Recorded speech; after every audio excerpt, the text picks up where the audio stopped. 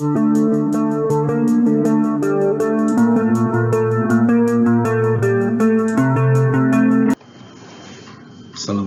warahmatullahi wabarakatuh. Semangat pagi rekan-rekan sekalian. Pada kesempatan ini kita akan mempelajari mengenai akun atau rekening. Sebelumnya kita harus mengerti dahulu mengenai pengertian dari akun. Akun atau rekening adalah suatu alat yang digunakan untuk mencatat transaksi-transaksi keuangan yang bersangkutan dengan aset, kewajiban, ekuitas, pendapatan, dan beban perusahaan.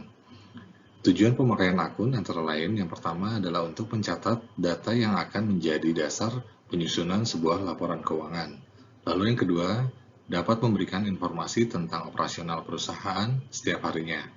Yang ketiga adalah dengan menggunakan akun, setiap transaksi yang terjadi dalam perusahaan dapat dicatat secara lengkap dan tepat.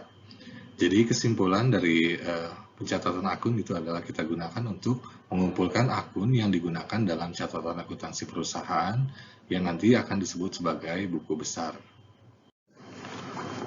Akun dapat kita golongkan secara garis besar dibagi menjadi dua, yaitu akun neraca atau akun real, yaitu akun yang pada akhir periode akan dilaporkan di dalam neraca.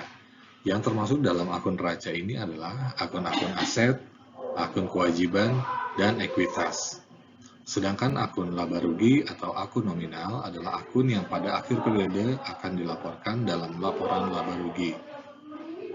Yang termasuk dalam laporan laba rugi adalah akun pendapatan dan akun biaya. Selanjutnya kita akan mempelajari apa saja ketentuan yang harus kita pahami dalam proses pencatatan akun. Yang pertama adalah setiap akun harus diberikan nama yang jelas sehingga mudah diketahui hal apa yang dicatat dalam masing-masing akun tersebut. Lalu berikutnya, jumlah akun nominal akan tergantung pada seberapa jauh jenis pendapatan dan beban harus rinci sehingga dapat dilakukan pengawasan dengan sebaik-baiknya. Lalu yang berikutnya adalah bentuk yang paling banyak digunakan dan paling sederhana adalah bentuk akun huruf T. Jadi di sini ada contoh bentuk dari neraca T ya. Jadi nama akun, sisi debit adalah sisi di sebelah kiri, lalu sisi kredit adalah sisi di sebelah kanan. Sedangkan untuk aturan pendebitan atau pengkreditan akun real di dalam neraca, yang pertama kita harus ketahui dulu bahwa neraca itu terdiri dari aset, kewajiban, dan ekuitas atau modal. Untuk aset, itu saldo normalnya adalah posisi di sebelah debit. Lalu, untuk kewajiban, saldo normalnya adalah di sisi sebelah kredit. Dan ekuitas pun saldo normalnya adalah di sisi sebelah kredit. Akun neraca ini harus seimbang antara kolom aset sama dengan kewajiban ditambah ekuitas atau modal. Berikut adalah contoh akun real yang ada di dalam neraca. Kita akan bahas satu persatu. Yang pertama adalah aktiva. Aktiva itu terdiri dari aktiva lancar. Contoh akun yang termasuk dalam aktiva lancar antara lain adalah kas, piutang usaha, biaya dibayar di muka, perlengkapan kantor, dan persediaan barang. Lalu yang kedua adalah aktiva tetap. Aktiva tetap contohnya adalah tanah, bangunan, kendaraan, peralatan, dan mesin. Lalu di sisi sebelah kanan kita akan melihat adanya unsur dari kewajiban dan modal. Kewajiban kita bagi menjadi dua, yaitu kewajiban jangka pendek atau kewajiban lancar dan kewajiban jangka panjang. Kewajiban lancar itu dari hutang dagang, hutang wesel, pendapatan diterima di muka. Lalu kewajiban jangka panjang contohnya adalah hutang obligasi dan hutang hipotek. Sedangkan modal terdiri dari modal serta laba ditahan. Sedangkan aturan pendebitan atau pengkreditan dalam akun nominal dalam laba rugi terdiri dari beban dan pendapatan. Beban itu saldo normalnya ada di posisi debit, sedangkan pendapatan ada di posisi kredit. Lalu kita akan melihat contoh akun nominal atau akun laba rugi. Komponen-komponen apa saja yang terdapat di dalam akun laba rugi atau akun nominal? Yang pertama adalah biaya. Di dalamnya terdapat harga pokok penjualan, lalu biaya administrasi dan umum, ada biaya gaji, penyusutan, biaya utility seperti listrik dan air, lalu biaya sewa dan biaya iklan. Termasuk juga di dalamnya adalah biaya penjualan, biaya promosi, biaya angkut, lalu biaya komisi.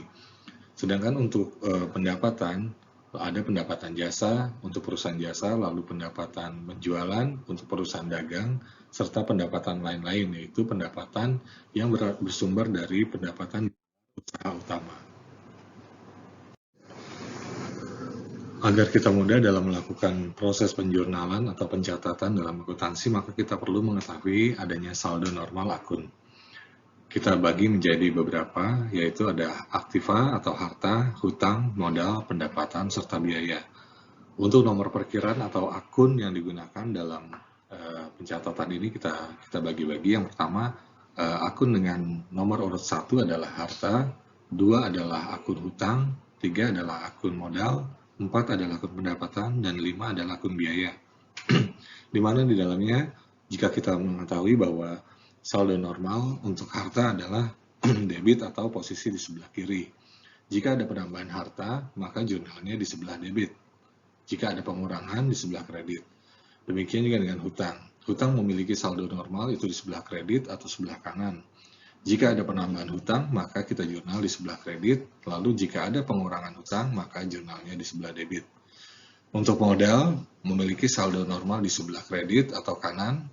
Jika ada penambahan modal bertambah, jika ada penambahan modal dari pemilik usaha, kita akan tambahkan di sebelah kredit.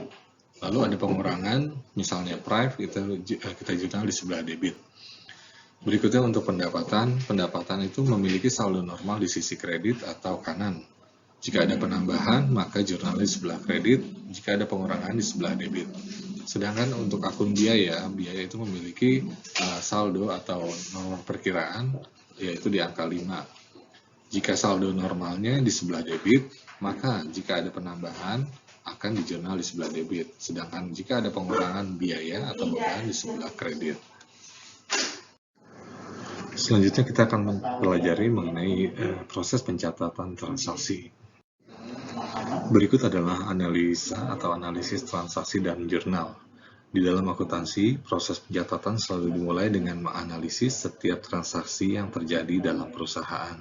Jadi sebelum dicatat atau dibuat jurnal, kita harus dapat menganalisa dulu transaksi itu seperti apa, baru kita lakukan proses pencatatan. Lalu yang kedua adalah, setelah transaksi dianalisis, langkah selanjutnya adalah mencatat setiap transaksi ke dalam jurnal. Yang ketiga, setiap transaksi selalu dicatat dengan cara mendebit atau mengkredit 2 akun atau lebih, di mana jumlah debit harus sama dengan jumlah kredit. Transaksi dicatat ke dalam jurnal secara kronologis, yaitu berdasarkan urutan waktu terjadinya transaksi sebagai referensi di masa mendatang. Tujuan mencatat transaksi ke dalam jurnal adalah untuk menunjukkan pengaruh setiap transaksi ke dalam akun perusahaan. Selanjutnya kita harus menganalisis transaksi dan jurnal. Jurnal dibedakan menjadi 2, yaitu jurnal umum atau general journal dan jurnal khusus atau special journal. Jurnal umum meliputi semua transaksi yang tidak dicatat di dalam jurnal khusus, jurnal koreksi, jurnal penyesuaian, dan jurnal penutup. Jurnal khusus meliputi jurnal penjualan, jurnal pembelian, jurnal penerimaan kas, dan jurnal pembayaran kas. Berikut adalah contoh format dari jurnal umum yang kita dapat gunakan dalam melakukan pencatatan setiap transaksi yang terjadi, di mana di atas kita tuliskan di situ jurnal umum, lalu halamannya, lalu kolom pertama adalah kolom tanggal, kita gunakan untuk mencatat tanggal dari transaksi tersebut, lalu keterangan adalah keterangannya transaksi itu untuk keperluan apa, lalu COA atau chart of account, yaitu nomor perkiraan atau akun perkiraan yang kita gunakan, misalnya 111 untuk kas, lalu 2 untuk hutang, 3 untuk modal, 4 untuk pendapatan, dan 5 untuk biaya. Jadi di sini kita catat, pertama adalah tanggalnya, lalu keterangan digunakan untuk transaksi apa, lalu nomor akunnya. Jika jumlahnya debit, kita masukkan nilainya di kolom debit. Jika di kredit, maka kita masukkan nilainya di kolom kredit. Pada akhirnya nanti di jurnal umum ini, total jumlah debit harus seimbang atau balance dengan total kredit. Dalam pertemuan sebelumnya sudah dijelaskan mengenai siklus akuntansi.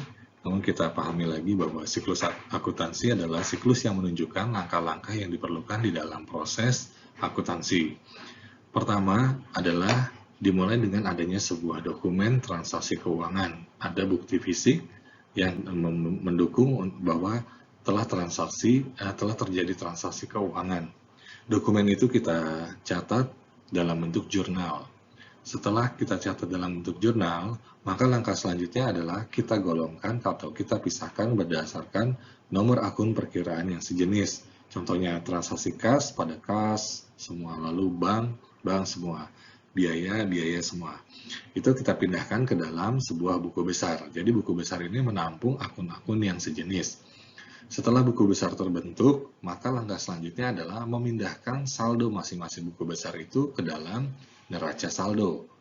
Nah, setelah dibentuk neraca saldo, maka jika ada penyesuaian, maka langkah selanjutnya adalah kita menyesuaikan pembukuan yang ada. Setelah dilakukan penyesuaian pembukuan, maka kita akan menemukan neraca saldo yang setelah disesuaikan. Setelah itu, maka kita dengan mudah akan membuat laporan keuangan. Laporan keuangan itu dibuat setiap tahun atau setiap periode akuntansi berakhir. Nah, setelah itu maka kita harus melakukan penutupan pembukuan agar kita dapat mencatat atau membuat jurnal untuk periode-periode akuntansi selanjutnya. Langkah-langkah dalam siklus akuntansi ini harus dijalankan dengan sesuai alurnya, tidak bisa lompat-lompat, tapi bertahap sesuai dengan alur yang sudah ada berdasarkan siklus akuntansi yang ada. Demikian rekan-rekan sekalian, pertemuan kali ini semoga bermanfaat. Tetap semangat dalam belajar. Insya Allah kita bisa mengikuti materi-materi yang sudah disampaikan. Terima kasih. Assalamualaikum warahmatullahi wabarakatuh.